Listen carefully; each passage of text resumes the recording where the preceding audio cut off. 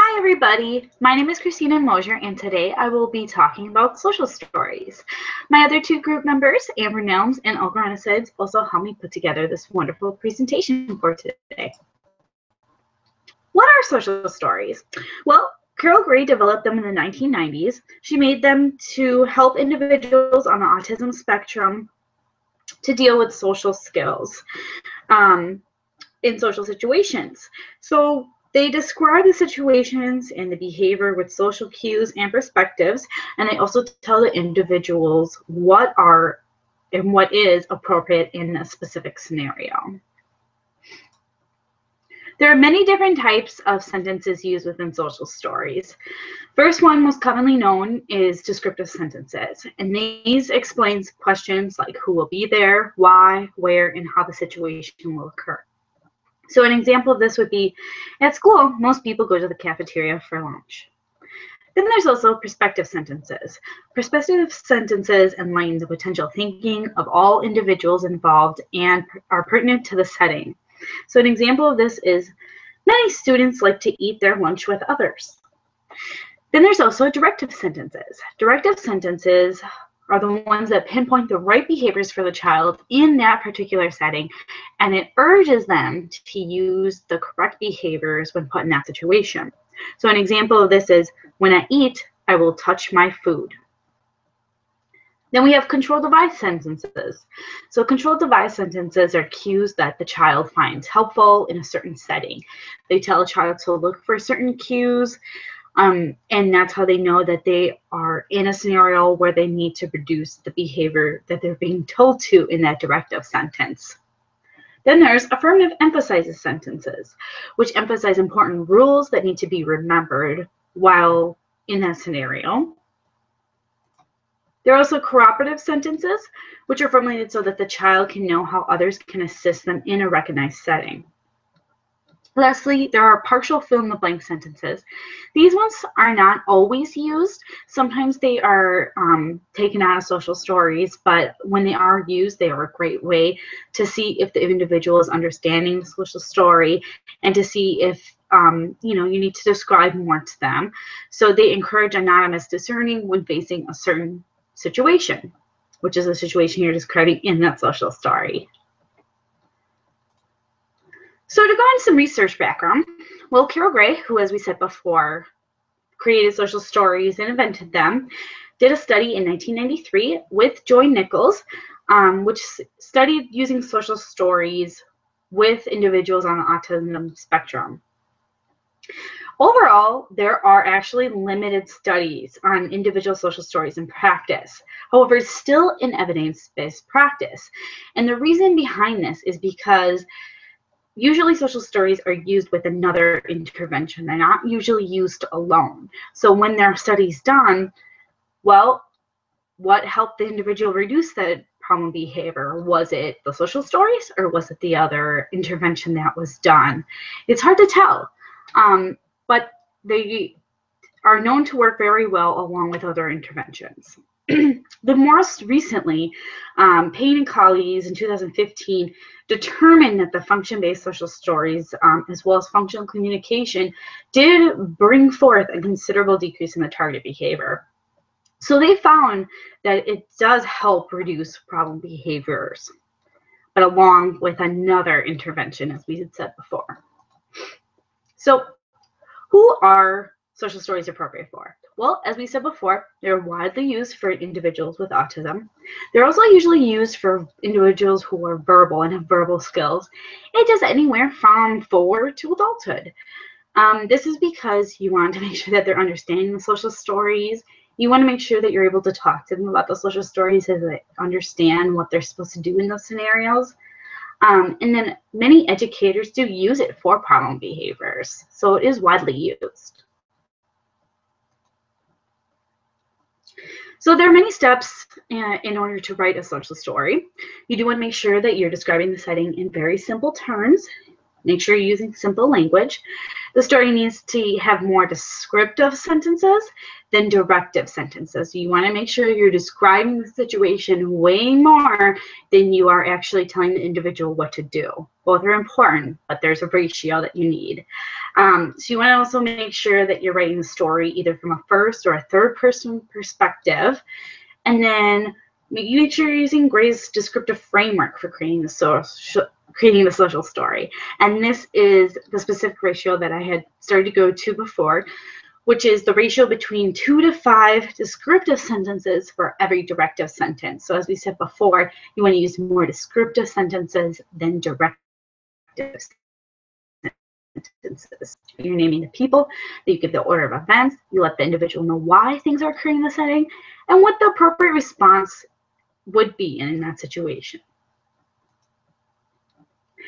So this right here is a video on FaceSay. It is one of the examples of the computer program that we're going to be implementing along with the social stories here at our school. This program will allow students, after reading their social stories, to be able to understand eye gaze and other social skills as well. So I'll show you that right here. Please do look on. Can you please click on the one I'm looking at? Thank you. That's just what I want.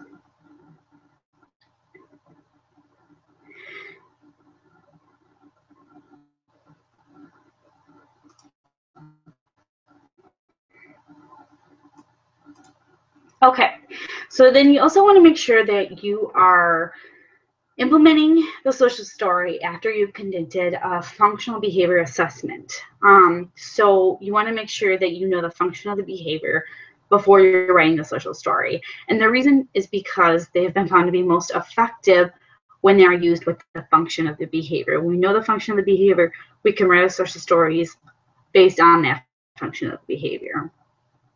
Also, make sure that you're writing it for each individual based on their problem behavior and their functions of the behavior. For the most, social stories are going to be alike. They might generally be alike, but you don't want a general story for a lot of different kids. You want it to be written individually for that child so they can identify themselves in that situation and it's more real to them. You also want to make sure that students will be reading the social story at their desks, so they have the social story that's written for them in their binders and they'll read it. And then we will also ask them questions while they're reading it and use the FaceSay program afterward. They'll go to the computers and use it to practice their social skills.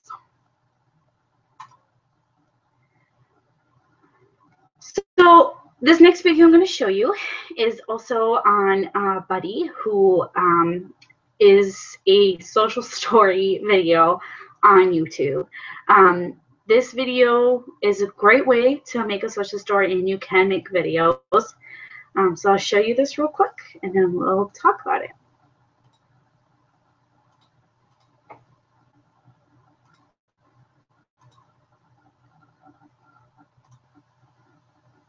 Being angry and safe. Yay! Buddy, it's time to go. Darn! No! Whoa, whoa, whoa, whoa. I can see that you're angry. Your eyebrows are scrunched up. Your mouth is closed tight.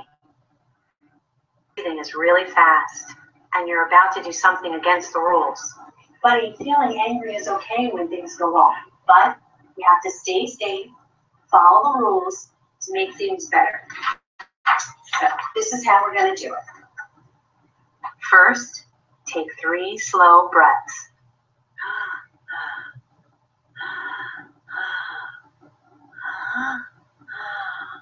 Good job, buddy. Next, open your hands. Now you've earned your second star.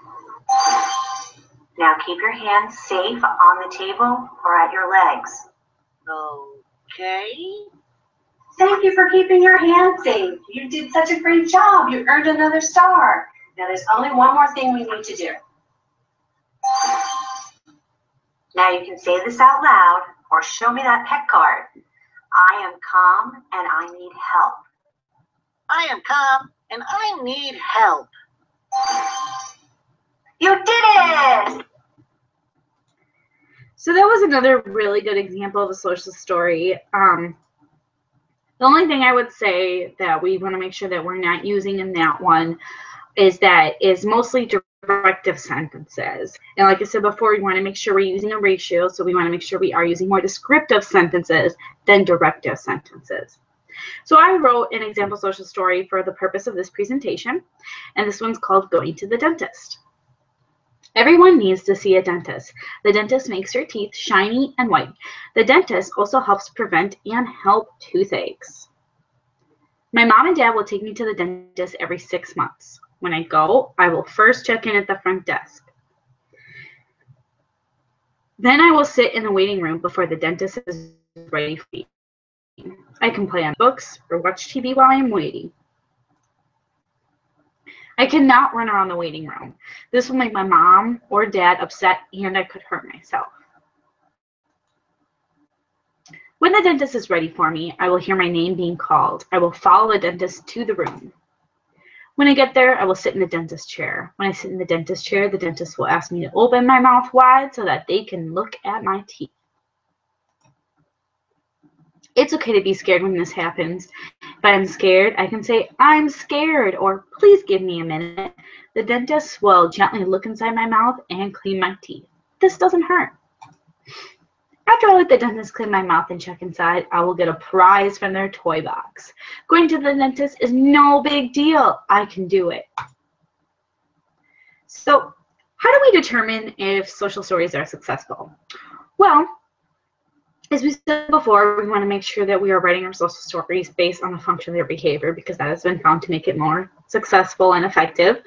You can determine if it's successful too by asking the student questions about the social story when you're practicing. So when you walk into the dentist after you check in, what do you do? Where do you sit?